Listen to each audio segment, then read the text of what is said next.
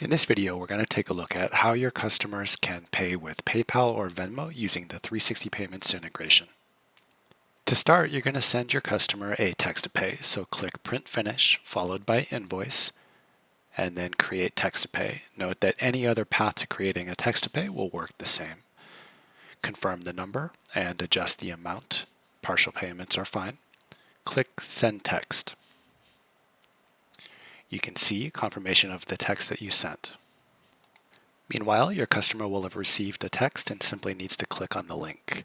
Once the page opens, they'll click to pay, and the payment form will open. This is where they can enter their credit card for a normal text to pay, or they can now click PayPal or Venmo. For this example, we'll go ahead and click PayPal.